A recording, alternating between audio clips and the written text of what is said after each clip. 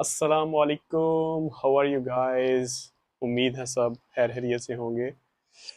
तो आज की ये वीडियो किर्गिज़स्तान के बारे में मैं बनाने जा रहा हूँ, क्योंकि मैं भी वहाँ कुछ अर्सा गुजार के आया था। तो मैंने सोचा आजकल इसके बारे में काफ़ी खबरें चल रही हैं, तो मैं भी थोड़ा सा अपना एक्सपीरियंस शेयर करूँ आपके साथ। और आज मैं ये दूसरी दफ़ा अपना माइक यूज़ करने लगा हूँ, क्योंकि लास्ट टाइम जब मैंने किया था तो मेरी चेन की आवाज़ जो है ना उसने सारी वीडियो ख़राब कर दी थी। लेकिन लेट्स ट्राई अगेन। अच्छा, मैं अपनी स्टोरी से स्टार्ट करता हूँ। मैं गया था किर्गिज़स्तान 2020 के जनवरी में। और मेरा उधर जाने का इरादा तो नहीं था। मेरा इरादा था चाइना जाने का। उससे पहले वैसे मेरी प्रायोरिटी यही थी पाकिस्तान में कहीं एडमिशन हो जाए। लेकिन पाकिस्तान में एडमिशन नहीं हुआ, मेरे मार्क्स थोड़े थे। तो मैंने सोचा चलो चाइना का इरादा बनाया मैंने। चाइना जाने का मैंने पासपोर्ट अप्लाई किया। तो मुझे ना ऐसे ही किसी जानने वाले ने बताया जी किर्गिज़स्तान से भी बच्चे एमबीबीएस करके आते हैं, तो आप भी किर्गिज़स्तान का पता करें। तो उसने मुझे बताया कि उसका एक दोस्त है, मेरे उस जानने वाले का आगे से एक दोस्त था। वो जो है ना एडमिशन करवा रहा था बच्चों के। तो मैंने उससे कांटेक्ट किया, उसने मेरा एडमिशन करवा दिया। उसने कहा जी अपना बस एफएससी का रिजल्ट और मैट्रिक की सनद भेजो, तो आपको एक वीक के अंदर एडमिशन मिल जाएगा। तो एक वीक के अंदर मेरा एडमिशन लेटर आ गया, मेरा इनविटेशन लेटर आ गया। और बहुत इजी था। उसने साथ में से $200, 200 या $300 यूएस डॉलर जो है वो मंगवाए। उसने कहा कि ये आपकी एडमिशन फीस है। अब वहाँ पे जो है वो मैंने ज़ाहिर है जाने से पहले थोड़ा सा इंटरनेट पे रिसर्च की। उधर मेरा कोई जानने वाला तो था नहीं था। तो इंटरनेट पे मैंने थोड़ा सा चेक किया। वहाँ एक यूनिवर्सिटी थी जिसमें मैंने भाई एडमिशन लेना था उस एजेंट के थ्रू। तो उस यूनिवर्सिटी का नाम था एडम यूनिवर्सिटी। ठीक है। और मैंने नेट पे जाके देखा जी, बहुत अच्छी यूनिवर्सिटी है जी, हॉस्पिटल है उनके पास। और उनकी वेबसाइट के ऊपर बड़ी बड़ी अच्छी बातें लिखी थी। मैंने सोचा कि यार ठीक है, देखने में तो ठीक ही लग रहा है। और उसके बाद मैंने ज़्यादा रिसर्च नहीं की। मैंने बस कहा भाई चलो मौका मिल रहा है, एक बाहर जाने का शौक था नया नया। तो मैंने कहा चलो बाहर जा रहे हैं। बाकी मैंने इतनी टेंशन नहीं ली किसी चीज़ की। और फीस थी जी $1500 एक सेमेस्टर की। और मुझसे एजेंट साहब ने लिए तकरीबन 4 से 5 हज़ार। ठीक है। इसमें उन्होंने कहा जी इतनी एजेंट की फ़ीस है, इतनी आपकी एडमिशन फ़ीस है, ये आपकी ट्यूशन फ़ीस है, ये हॉस्टल फ़ीस है, पता नहीं क्या क्या उन्होंने डाल के, इंश्योरेंस फ़ीस है। तो उन्होंने ना तकरीबन 5 हज़ार के आगे पीछे मेरा वो ख़र्चा बना दिया। शुरू में उन्होंने मुझे थोड़े बताए, आहिस्ता आहिस्ता ज़्यादा बताते गए। और 5 हज़ार तक तकरीबन, यहाँ 4000 के आगे पीछे जो है ना उन्होंने मेरे से एंड पे जाके पैसे लिए। और उनमें से मोस्टली ऐसी चीज़ों के पैसे थे कि जो एग्जिस्ट ही नहीं करती, जैसे कि हॉस्टल की, इंश्योरेंस की। ठीक है। ये इन चीज़ों का उधर कोई कॉन्सेप्ट ही नहीं था। और उन्होंने मेरे से इसके पैसे ले लिए। और वहाँ पे सिस्टम ये है कि एक यूनिवर्सिटी ने एजेंट रखा हुआ है। ठीक है। उसके आगे से पता नहीं कितने बच्चे हैं जिन्होंने के एडमिशन करवाने हैं। तो एडमिशन के स्टेप में जितने भी लोग आएंगे उन सब ने अपना अंदर से कमीशन लेनी है। ठीक है। अब मेरी 1500 बेसिक ट्यूशन फ़ी थी। उसके ऊपर जो 2500 एटलीस्ट जो मेरे से लिया गया वो सारे एजेंट्स के दरमियान ही डिवाइड होगा। तो ऐसे ही हर बच्चे के साथ होता है। कोई थोड़े पैसों में मान जाता है, कोई ज़्यादा पैसों में मान जाता है, कोई एजेंट थोड़े पैसे लेता है, कोई डायरेक्ट यूनिवर्सिटी के एजेंट तक पहुंच जाता है, कोई आगे से 3 4 बंदों के थ्रू उसके उस तक पहुंचता है। तो हर बच्चे की जो है वो डिफरेंट अमाउंट ऑफ उसे डिफरेंट अमाउंट दे के वहाँ पे पहुंचता है। बहरहाल वहाँ मैं पहुंच गया। और जिस भाई ने मेरा एडमिशन करवाया था वो मुझे उसने कहा जी हम फ्लैट पे रहते हैं। और उसने कहा कि आप हॉस्टल में नहीं रहोगे, आप फ्लैट में रहोगे हमारे साथ। मैंने कहा ठीक है। मैं फ्लैट में चला गया। इसमें उनका भी फ़ायदा था कि उनकी जो फ्लैट के खर्चे थे उनमें एक और बंदा शामिल हो जाएगा, फ्लैट में जगह भी थी। और वो पाँच पाँच रूम्स का फ्लैट था, उसके अंदर तकरीबन 8 के आगे पीछे बंदे रह रहे थे हम। और ठीक था, सिस्टम ठीक था। लेकिन उन्होंने फ्लैट के नाम पे भी मेरे से कुछ एक्स्ट्रा पैसे लिए। ठीक है, सिक्योरिटी के और ये वो, मतलब वहाँ पर हर बंदा बस हर टाइम यही सोचता रहता है कि यार किस तरह हमने बच्चों को लूटें। ठीक है। वहाँ पे ये सिस्टम है। वहाँ इस तरह का हर बंदा इस तरह का है, मतलब मोस्टली बच्चे वहाँ जाकर यही काम करते हैं क्योंकि बहुत इजी है, पैसे कमाने का एक तरीका है। वैसे वहाँ पर अगर आप जॉब करेंगे तो आप बहुत ही कम पैसे कमाते हैं, तो ये बैठे बिठाए फ्री का पैसा है। इसके बाद क्या होता है जी, थोड़े दिन बाद जो है ना, अच्छा, मुझे एजेंट ने कहा जी जनवरी में आपकी क्लासेस स्टार्ट हो रही हैं तो आप फ़ौरन पहुंचे हैं किर्गिज़स्तान। मैं उसकी बात मान के चला गया। मैं जनवरी 17 जनवरी 2020 को मैं किर्गिज़स्तान पहुंच गया। और वहाँ गया जी, उसने कहा जी next week next week next week next week करते करते करते करते ना मार्च के अंदर जाके हमारी क्लासेस स्टार्ट हुई। और ज़ाहिर है ये 2 महीने का मुझे एक्स्ट्रा खर्चा पड़ गया उधर जाके जो रहने का था।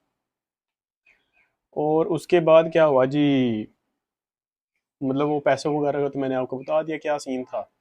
उसके बाद मार्च के अंदर क्लासेस लगी हैं, एक हफ्ता गुजरा क्लासेस को, और कोरोना आ गया, सारा कुछ बंद हो गया। ये एक बात। दूसरी बात ये है कि यूनिवर्सिटी जिस दिन पहले दिन गए ना ऑफिस के अंदर, भाई बच्चा रजिस्टर करवाने, जी बच्चा आ गया तो इसका नाम शाम रजिस्टर कर लें, ये वो पता नहीं क्या रजिस्ट्रेशन क्या सिस्टम था। अब वहाँ पे मैं गया हूँ तो एक बिल्डिंग थी, ठीक है, उन्होंने कहा जी ये आपकी यूनिवर्सिटी है। छोटी सी बिल्डिंग थी, उसके साथ एक बड़ी सारी बिल्डिंग थी। उन्होंने कहा जी ये भी आपकी यूनिवर्सिटी का हिस्सा है, तो ये आप एडमिशन के बाद जब आपका कार्ड शार्ड बनेगा आप जा सकते हैं यहाँ पे, ठीक है। लेकिन वहाँ से ना यूनिफॉर्म वाइट शर्ट्स वाले और मतलब प्रॉपर एक यूनिफॉर्म वाले बच्चे जो है ना वो निकल रहे थे। तो मैंने कहा ये पता नहीं, देखने में तो स्कूल लग रहा है, लेकिन भाई ने कहा जी ये हमारी यूनि का हिस्सा है, तो मैं मान गया। उसके बाद हम ऑफिस गए। ऑफिस भी साथ ही था, एक छोटा सी अलहदा बिल्डिंग में। वहाँ पे जाके हमने अपनी कैश दी सारी। कैश देने के बाद एडमिशन वाले भाई ने कहा जी आप बाहर जाएं ज़रा। तो मैं आता हूँ, ठीक है। जो उन्होंने अपना कटिंग कटिंग करनी थी पैसों में से, वो उन्होंने पीछे बैठ के कर ली यूनिवर्सिटी के जो एजेंट था उसके साथ। बहरहाल ये सिस्टम हर जगह पे ही चलता है, कहीं पे ज़्यादा होता है कहीं पे थोड़ा होता है। तो उसके बाद क्या हुआ जी, ये सारी सिस्टम था, छोटी सी यूनिवर्सिटी थी, कोई वहाँ पे हॉस्पिटल नहीं, कोई उनका सिस्टम नहीं है अच्छा, ठीक है। फ्लैट्स लेके वहाँ पे यूनिवर्सिटीज़ खोली हैं। तकरीबन मोस्टली ऐसे ही सिस्टम वहाँ पे चल रहा है। जो नया बच्चा जाता है कि जिसके पास थोड़े पैसे हों, वो वहाँ पे जाके नई यूनिवर्सिटी शुरू कर लेता है। और एक एक बैच में 500 500 हज़ार हज़ार बच्चे वो उनके एडमिशन करवा रहे हैं। और ऐसी ऐसी यूनिवर्सिटीज़ हैं कि जो उस कंट्री के अंदर भी रिकगनाइज नहीं है। तो ये मतलब अजीब ही एक फ्रूट चाट है, जिसके ऊपर ना कभी पाकिस्तान की गवर्नमेंट ने गौर किया है, ना चाइना की गवर्नमेंट ने गौर किया है।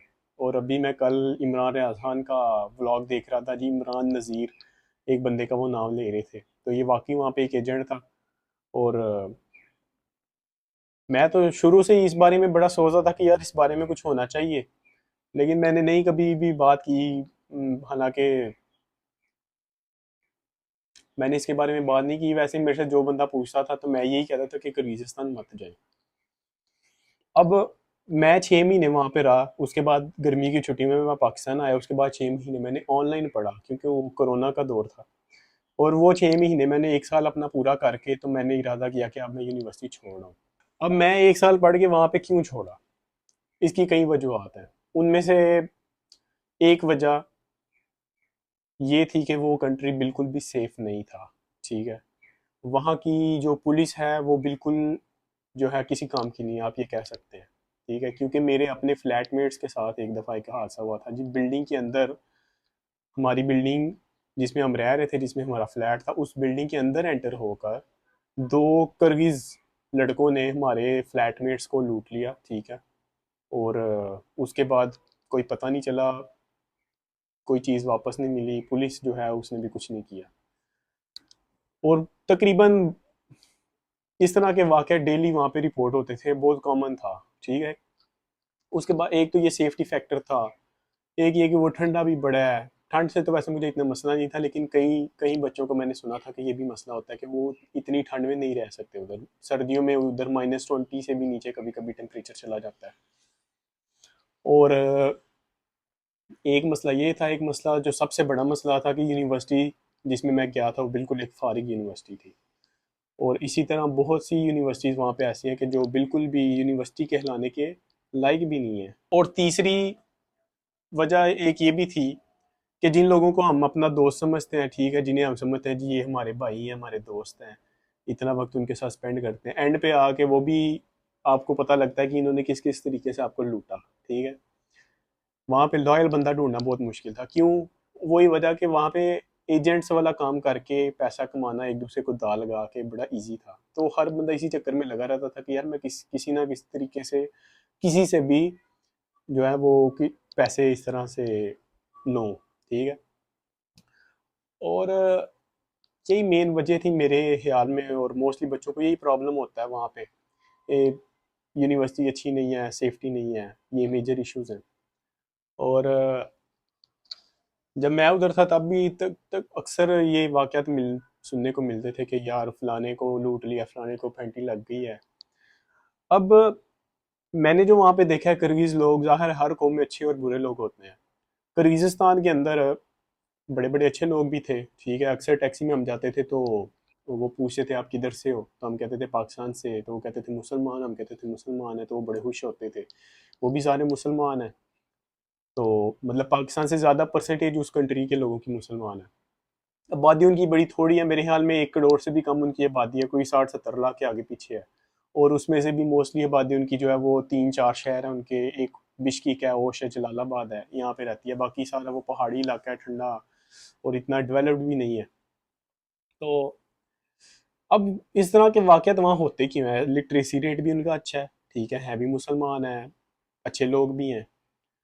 मेरी मेरी जो सोच है ना, मेरा जो ज़ेन कहता है या जो मुझे लगता है, वो ये है कि एक तो उधर उधर के लोगों को लड़ने का बहुत शौक है, ठीक है। वो आप अगर उन्हें देखें, आप अगर उनके सोशल मीडियाज पे जाके देखें, तो वो आप देखेंगे कि मोस्टली जो है वो फाइटिंग सीखते हैं बचपन से ही, ठीक है। ये मेरे ज़हन के मुताबिक तो जितने भी रशियन कंट्रीज हैं उन सब में ये रिवाज है लड़ाई सीखने का, ठीक है। वो पता नहीं उसे MMA फाइटिंग कहते हैं, कौन सी बॉक्सिंग कहते हैं, क्या कहते हैं, लेकिन वो मोस्टली लोग फाइटिंग सीखते हैं और उन्हें फाइटिंग फाइटिंग के माहिर होते हैं वो, ठीक है। अब मसला ये है कि एक बंदे को फाइटिंग आती है, ठीक है, वो करगिज बंदा, उसे फाइटिंग आती है, अब वो किसी के साथ लड़ना चाहता है। इसकी एक वजह यह है कि वहाँ पे पावर्टी है, थोड़ा सा गरीब मुल्क है, ठीक है, और इतना डेवलप्ड नहीं है, इतनी सहूलतें नहीं है वहाँ पे ज़िंदगी की। ठंडा मौसम है, मौसम भी इतना अच्छा नहीं है उनका। तो कई फैक्टर्स हैं जिसकी वजह से वहाँ के लोग थोड़े अग्रेसिव हैं, ठीक है। अब जब कहीं के लोग अग्रेसिव होते हैं तो उन्होंने अपना गुस्सा कहीं निकालना भी है। अब आपस में तो वो लड़ेंगे नहीं। उसकी वजह ये है कि अगर एक लड़का दूसरे, एक कज्जा, कज्जा उन्हें हम कज्जा कहते हैं, कज्जा दूसरे कज्जे से लड़ेगा तो उसको भी फाइटिंग आती होगी, 90% चांसेस तो यही है। तो वो दोनों एक दूसरे को फेंटी लगाएंगे। अब इनके लिए, इन एग्रेसिव कज्जों के लिए फॉरेनर्स एक बहुत ही अच्छा ऑप्शन, बहुत ही अच्छा शिकार है, ठीक है। क्योंकि फॉरेनर्स वहाँ पे जो गए होते हैं उनमें से मोस्टली जो है वो पाकिस्तानी, इंडियन या कोई गोरे शोरे होते हैं, वहाँ पे घूमने गए होते हैं या पढ़ने गए होते हैं। हमारे पाकिस्तान इंडिया के अंदर लड़ाई का इतना कल्चर नहीं है बच्चों को सिखाने का, ठीक है। तो हमारे बच्चे जो हैं वहाँ पे जाके उनके साथ लड़ नहीं सकते, क्योंकि वो स्ट्रांग होते हैं, बड़े, उनकी बचपन की ट्रेनिंग होती है। इस वजह से उनके लिए ये बड़ा ईजी है कि भाई इनको कोई मुक्का शुक्का मार लो, कोई धक्का धुक्का दे लो, इनसे कोई चीज़ चूज़ छीन लो। ये सिंपल वहाँ पे ना, समझ लें डेली रूटीन में होता रहता है। और वैसे भी अगर आप किर्गिज़स्तान की हिस्ट्री देखें तो इतनी दफ़ा तो वहाँ रेवोल्यूशन आई हैं। रेवोल्यूशन क्या होती है जी? एक पार्टी ने इलेक्शन जीतने हैं, प्राइम मिनिस्टर बन गया, प्रेसिडेंट बन गया, अगले दिन पूरा एक जो है ना वो पूरे मुल्क से लोग इकट्ठे होकर कैपिटल में जाके धावा बोल देते हैं, प्रेसिडेंट भाग जाता है, प्राइम मिनिस्टर भाग जाता है, नई हुकूमत आ जाती है। ये किर्गिज़स्तान की हिस्ट्री में बहुत दफ़ा हो चुका है, मेरे यहाँ में 3 से 4 दफ़ा या इससे भी ज़्यादा दफ़ा हो चुका है। और जब मैं उधर पढ़ा था 2020 में, तब भी उनके इलेक्शन हुए थे, तब भी इस तरह के वाक़यात हुए थे। तो मेरी नज़र में वो कौम जो है वो मैनिपुलेट की गई है अपने सियासतदानों की तरफ से, और उनकी मैनिपुलेट हो के इस तरह की सोच बन गई है, एक जत्था टाइप, एक मॉब मॉब कल्चर उनके अंदर आ गया। अब ये जो रिसेंटली वाक़या हुआ है, इसके अंदर भी वही सोच जो है, वही उनको लेके, उसकी बिना पर ही ये सारा कुछ हुआ है। अब वो सोच क्या थी जी? ऐसे ही जैसे पहले वो लड़ते थे लोकल्स जो हैं, वो किसी मतलब एवं जाते आते जाते किसी फॉरेनर के साथ पंगा ले लिया, ऐसे किसी ने किसी इजिप्शियन के साथ पंगा लिया। अब लेकिन वो इजिप्शियन जो थे वो ज़्यादा लड़के थे इकट्ठे थे या कोई थोड़े है थे वो भी सिर फिरे उनके जैसे ही, तो उन्होंने आगे से कहा कि भाई ठीक है, ईंट का जवाब पत्थर से दिया। अब वो जो कज्जे थे उन्होंने इस बात का माइंड किया कि भाई ये बाहर से आके इन्होंने हमें फेंटी लगा दी है। ठीक है, जैसे पाकिस्तान में भी यार होता है, एक लड़के की दूसरे से लड़ाई होती है, अगले दिन वो अपने सारे दोस्त लेके आ जाता है। इसी तरह उन्होंने भी किया, उन्होंने भाई अपने सारे दोस्तों को कॉल की, उन्होंने नेट के ऊपर लाइव में शुरू कर दी। अब वो लाइव जो जो देख रहे हैं, मुझे एक दफ़ा मेरे कज़न ने बोला था कि बेटा जब इस तरह एक पब्लिक में लड़ाई होती है ना, तो जिस बंदे ने कभी लड़ाई नहीं की होती वो भी जाके दो तीन लगा आता है। ठीक है, क्योंकि ये अच्छा मौका होता है एक। तो लाइव में लोगों ने देखा जी, ये तो भाई मज़े का एक सिनेरियो हो रहा है, पूरा मज़ा आएगा, फेंटी लगाएंगे, क्या बात है। तो जितने भी अब वहाँ पे नौजवान थे, ठीक है, इस तरह की अग्रेसिव सोच वाले, या कोई भी घर बोर बैठा हुआ है, चलो यार चलते हैं, क्या हमारा क्या जाना है, ठीक है, देख के तो आते हैं क्या हो रहा है। वो सारे इकट्ठे हुए हैं। ऊपर से एक और मसला ये है कि बिश्कीक शहर के अंदर खाना खा के डकार ही डकार आ रहे हैं। बिश्कीक शहर के अंदर फॉरेनर्स बहुत ज़्यादा हो गए हैं। जब मैं वहाँ रहता था ना, तो अक्सर बाहर निकलना करना, 2020 की मैं बात कर रहा हूँ, अक्सर बाहर निकलना करना, तो इतने वहाँ के कज्जे नज़र नहीं थे आते जितने फॉरेनर्स पाकिस्तानी इंडियन नज़र आ जाते थे। तो एक उनको इस चीज़ का भी वाटा है थोड़ा सा कि यार ये क्या बदतमीजी है हमारे मुल्क के अंदर, क्योंकि उनकी आबादी थोड़ी है वैसे ही। वो इस चीज़ को भी माइंड करते थे कि यार ये इतने ज़्यादा यहाँ पे आ गए हैं। और हमारा जो पाकिस्तानी इंडियन ड्रेसिंग स्टाइल है वो भी, उसका भी वो मजाक उड़ाते थे। वो कहते थे यार ये देखो पुराने दौर का जोकरों वाला इन्होंने ड्रेस पहना हुआ है। तो ज़ाहिर है दूसरे कल्चर्स को अक्सर लोग इस तरह से ही, मतलब अजीब और जो है वो अनवेलकमिंग निगाहों से ही देखते हैं। सारे स्ट्रेंज जो होता है, हर चीज़ जो आपकी लाइफ से, आपके कल्चर से बाहर से आए, जो आप पहली दफ़ा देखें या आपके कल्चर की नहीं होती, वो आपके लिए स्ट्रेंज ही होती है। लेकिन बहरहाल इस तरह वो फिर सारे इकट्ठे हुए, उन्होंने प्रोटेस्ट वगैरह भी शायद किए। और उन्होंने कई जगहों पे जाके, कई हॉस्टल्स में जाके जो है तोड़ फोड़ भी की, बच्चों को फेंटी भी लगाई। बाकी सोशल मीडिया पे ये जो खबरें चल रही हैं जी, कत्ल हो गया, रेप हो गया, तो ये इस तरह की कोई खबर नहीं है। मेरे अपने अभी भी उधर दोस्त पढ़े हैं, और उनमें भी मैंने ये देखा है कि हर बंदे की साइकोलॉजी डिफरेंट है। अब मैंने 4 दोस्तों से बात की है वहाँ पे, उनमें से एक जो है वो पाकिस्तान आ भी चुका है, ठीक है, और वो फ्री फ्लाइट पे आया है। ये भी नेट पे चल रहा है जी, कोई फ्री फ्लाइट नहीं है, लेकिन वो पाकिस्तान एयरफोर्स के तैयारे के ऊपर पाकिस्तान गया, इस्लामाबाद, और वो फ्री गया है बिल्कुल। ठीक है, तो बिल्कुल फ्री फ्लाइट्स, पता नहीं अब 2 या 3 है या कितनी भी हैं, लेकिन है थी, और यकीनन और भी हैं। और इसके साथ साथ जो एजेंट्स हैं माशाल्लाह, उनका फिर से बिजनेस चला हुआ है। वो डबल डबल प्राइसेस पे टिकट्स बेच रहे हैं बच्चों को। ज़ाहिर है बच्चे डरे हुए हैं, अब उनके डर का हो फायदा तो उठाएंगे एजेंट्स। अच्छा, तो क्या बात हो रही थी, बोलिए मैं। बात ये हो रही थी कि उन्होंने ऐसे किया, हमला शमला किया। अब उन्होंने हमला किया, हमारी सोच में ये बात आती है कि यार इतना बड़ा मॉब इकट्ठा होके यूनिवर्सिटीज़ के ऊपर और प्राइवेट प्रॉपर्टीज़ के ऊपर हमला कर रहा है, तो पुलिस किधर है उनकी। अब पुलिस उनकी उन्हें नहीं रोक रही। उसकी एक वजह ये है कि जब किर्गिज़स्तान की ये अब जो रिसेंट वाली गवर्नमेंट बनी है, तो यकीनन ये भी है इस तरह के लोगों की सपोर्ट के साथ ही बनी है। ठीक है, क्योंकि इन्होंने भी ऐसी जो ओरिजिनल इलेक्टेड गवर्नमेंट थी, ये जत्था बुला के उसको भगाया वहां से। अब इसी जत्थे ने अगर किसी और के साथ पंगा लिया तो गवर्नमेंट अब इसे पकड़ेगी तो नहीं ना, क्योंकि इसी जत्थे ने तो इस गवर्नमेंट को सपोर्ट, इस जत्थे की सपोर्ट से तो ये गवर्नमेंट बनी है। तो ये सारा सियासी सिस्टम है। उस गवर्नमेंट की सबसे बड़ी गलती अपनी ही है, उनकी अपनी गलती यही है कि उन्होंने इतने ज़्यादा फॉरेनर्स क्यों आने दिए। उन्होंने यूनिवर्सिटी के ऊपर चेक नहीं लगाया, उन्होंने ये नहीं देखा कि फॉरेनर्स यहाँ आके कर क्या रहे हैं। ठीक है, ये वही बात है, बच्चे वहाँ कहते हैं कि जो हमारे पाकिस्तानी है वो किर्गिज़स्तान की गवर्नमेंट को भी पैसा खिलाते हैं, अपने जो एम्बेसी है पाकिस्तान की उन्हें भी पैसा खिलाते हैं। ठीक है, और ये सारा मिल के ही सिस्टम चल रहा है, इनसे जो इनकम आती है वो भी डिवाइड होती है। बाकी सिस्टम बहुत ख़राब है, सिस्टम बहुत गंदा है। मैं तो अपने सारे दोस्तों को कहता था कि भाई छोड़ दो, कहीं और चले जाओ, इससे बेहतर है पाकिस्तान में जाके कोई छोटा मोटा कोर्स कर लो, कोई आर्ट्स का कोर्स कर लो, कोई इंजीनियरिंग, कोई मेडिकल में, और बड़ी ऑप्शंस हैं। लेकिन अभी भी वहाँ पे काफ़ी दोस्त हैं मेरे जो रह रहे हैं, तकरीबन मोस्टली मेरे अलावा मुझे नहीं, मैं नहीं जानता किसी को जिसने छोड़ा हो वहाँ से। मतलब मेरे जानने वालों में वैसे काफ़ी बच्चे थे जिन्होंने छोड़ा था।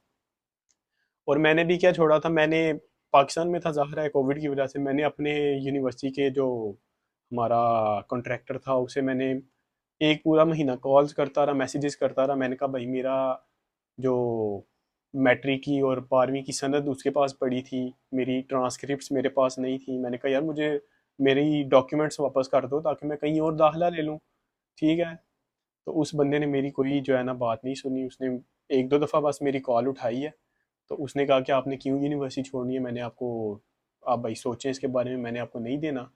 मैंने कहा भाई ये मेरा फैसला है, आप मुझे क्यों रोक रहे हैं। ठीक है, क्या हालात हैं, सारी उस वक्त यूनिवर्सिटी ब्लैक लिस्ट हो चुकी थी।